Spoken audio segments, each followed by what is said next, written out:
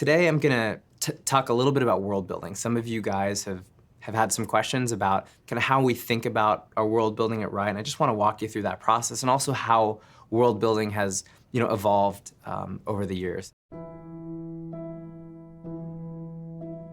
I'd just like to start this video out by saying that I am truly grateful and humbled by the people that take the time to watch these videos. I put so much time and effort into them, and the fact that there's anyone out there watching them feels amazing. So thank you, you're the best. Now when it comes to this series, this video is the most important one and you cannot please everybody. So I would just like to apologize ahead of time for likely presenting you with the skeleton for a class system that you might hate, or just might not be for you. I'd like to remind everyone watching that after all is said and done, this is merely something Riot could do, based off of systems and structures they've already implemented in one way or another within their games. I'll be using some of what I talk about in this video as a foundation for progression in future videos, but not all. I have many ideas that I'm excited to share with you all, but the more I write towards those ideas, the more this video felt like a band-aid that needed to be ripped off before I could move on to other topics. So, without further ado.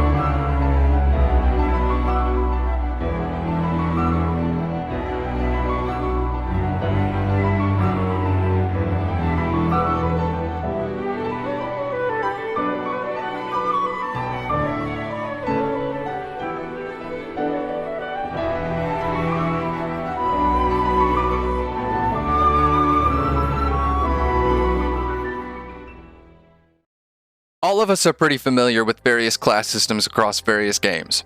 Over the years, many players have found a home within these systems and have gotten very comfortable with the styles that they enjoy playing, and I think that's great.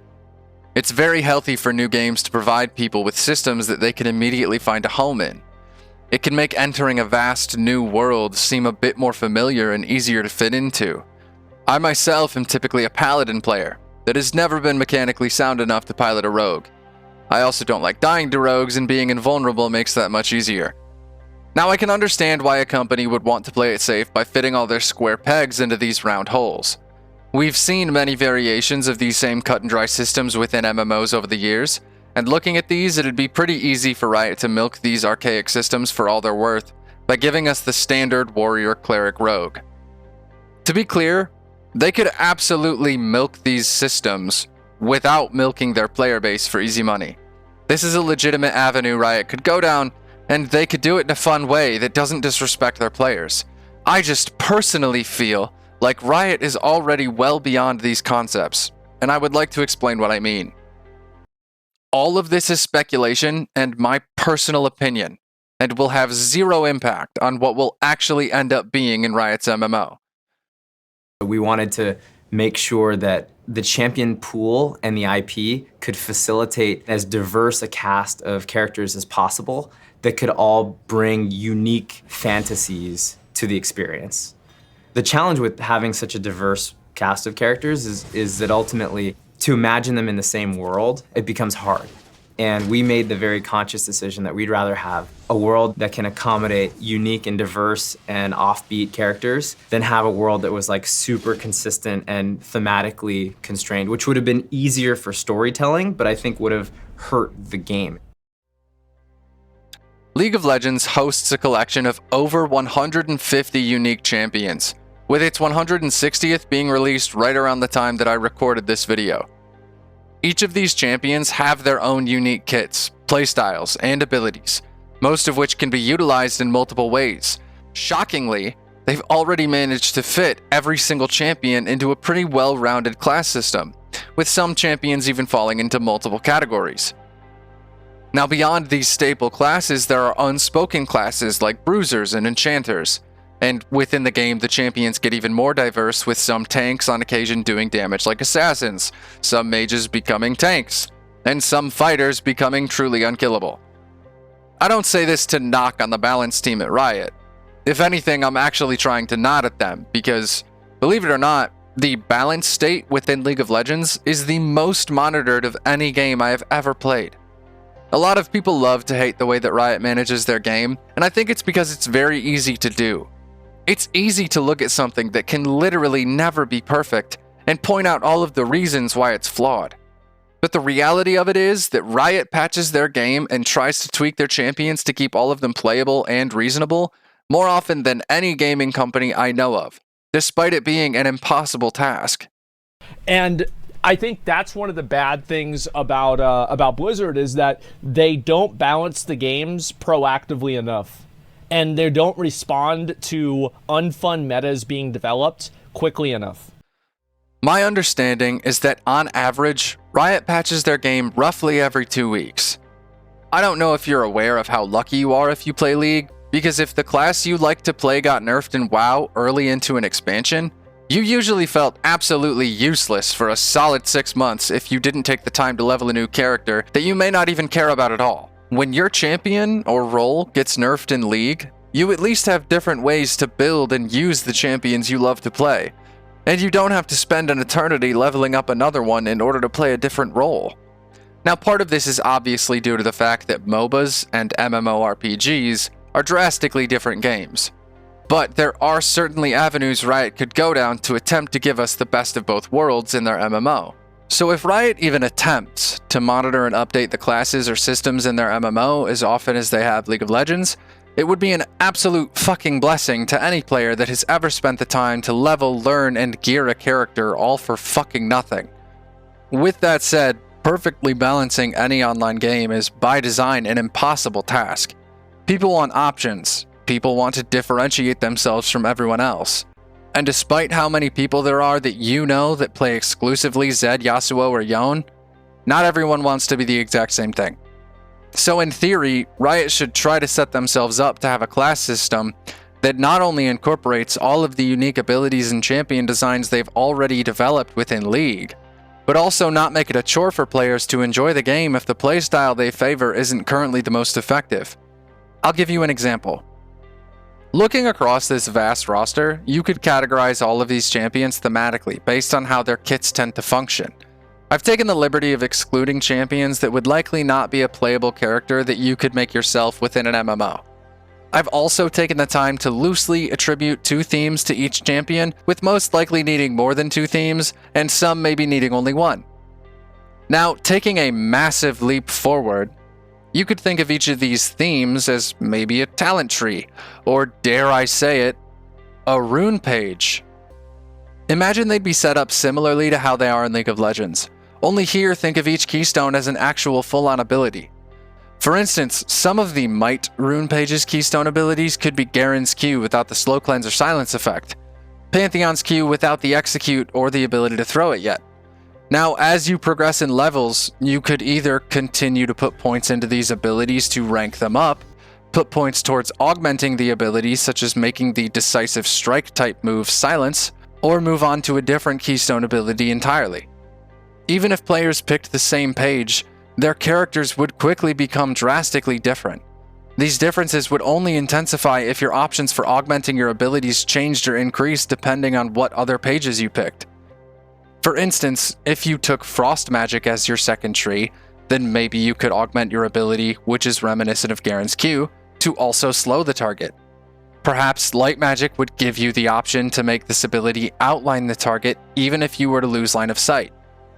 The Faith War rune page could give your character something similar to Pantheon's Mortal Will passive, where every 5 auto attacks or abilities used makes your next one empowered in some way.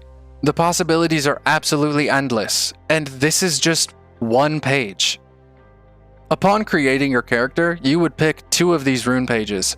Perhaps you'd be limited to which ones you can choose from depending on where your character originates from or the starting zone you choose, but either way you would start with 2. Now, I don't think it should take an eternity to reach max level, considering that's where most MMOs actually start. I think that once you've reached max level, it should put your character in a prime position to go out and explore every part of the world. You've unlocked, selected, and upgraded all of the abilities you need at this point to face down most of what could potentially stand in your way. But the progression shouldn't end there. As you explore different parts of the world and interact with new places and peoples, you should learn new things, and in part unlock new rune pages to potentially put your points in. It should be easy to move your points around and try new playstyles as you discover and unlock them. Looking back at our list of champions and themes, Many of these champions kits would be incomplete if they only had access to 2 of these. This is why as you level, you should gain the ability to put points into a 3rd and a 4th tree. These would be secondary trees, and you wouldn't be able to access them the way that you can your primary ones, but they would bring an additional element of expression and additional abilities to your character if you chose to utilize them. If the max level is 30, say you'd unlock the 3rd page at 10th level and the 4th one at 20th level. As you travel around Runeterra and interact with its vast array of civilizations, you would add new pages to your arsenal that you could swap in and out, essentially giving your character different specializations. Perhaps you could have access to 5 pages, but only ever have points in up to 4 at any given time, 2 primary and 2 secondary. This would mean that if you already had 5 rune pages, and you wanted to learn demolitions, you may have to dispose of the Slayer rune page or the Fire Magic rune page. So, who your character is and what your character does would be almost entirely determined by the places you go and the people you meet. The more you wish to explore and discover, the more the world would have to offer you. Some of you might be thinking, this could never work, Riot's plan is to appeal to the casual player, and this system is far too complex. Now that may be. This system might be too deep for some that just want to jump in and play. But Riot could have templates available upon creating your character. These templates would be reminiscent of traditional MMO style classes, such as Fighter, Rogue, Paladin, Ranger, Wizard, Druid, and so forth. The templates could be preset rune page combinations that would put your character as close as possible to whatever cookie cutter class you want to be. Fighter would look something like Might and Tenacity, or Brutality and Might. Rogue could be Lethality and Acrobatics. Paladin could be Faith, Any, and Might, or Tenacity and Light Magic. Ranger could be Marksmanship and Scouting, or Marksmanship and Animal Companionship. Wizard could be Arcane plus your choice of magic schools, Fire, Ice, Lightning, Light, Dark, etc. Druid could be Summoning and Nature Magic. Again, the possibilities are endless, and these templates would be perfect for players that don't care to have access to that freedom of expression or character creation. In addition, keeping it casual friendly can be very simple depending on how you portray tooltips and explain these systems. If Riot put up a visual of the ability being used on display, whenever you cursor over the keystone, it would be very easy to get a feel for what your character would be doing. And taking it a step further, you could show how each augment would affect each ability upon cursoring over those as well. I don't believe I've reinvented the wheel with this idea. It's quite similar to the original Rift class system. It's also not too different from the way Skyrim lets you be anything that you want. Only in this version, I don't think everyone would be as compelled to make a sneaky thief type character. We want narrative that comes out of League to really touch people, and we don't think we're there yet. So we're making a lot of investments internally to kind of build some of these muscles so that in the coming years, like, there's going to be a lot of content that is story first, and it might not even be in the game. It's going to be around the game where we're hoping to really capture people's imagination and kind of deliver on the promise of some of the bold characters that we've all grown to love in League of Legends. It doesn't really matter what system they choose to go with. People are still going to play Riot's MMO. I do hope for the sake of all of us that they keep in mind exactly what they have set out to do. Riot is attempting to create an MMORPG from the universe that was built around League of Legends. It is my firm belief that they can and should incorporate a class system that allows their players to create their own legend. As long as Riot keeps this concept in mind as they go about creating their class system, I don't think any of us will be disappointed with the path that they choose to walk.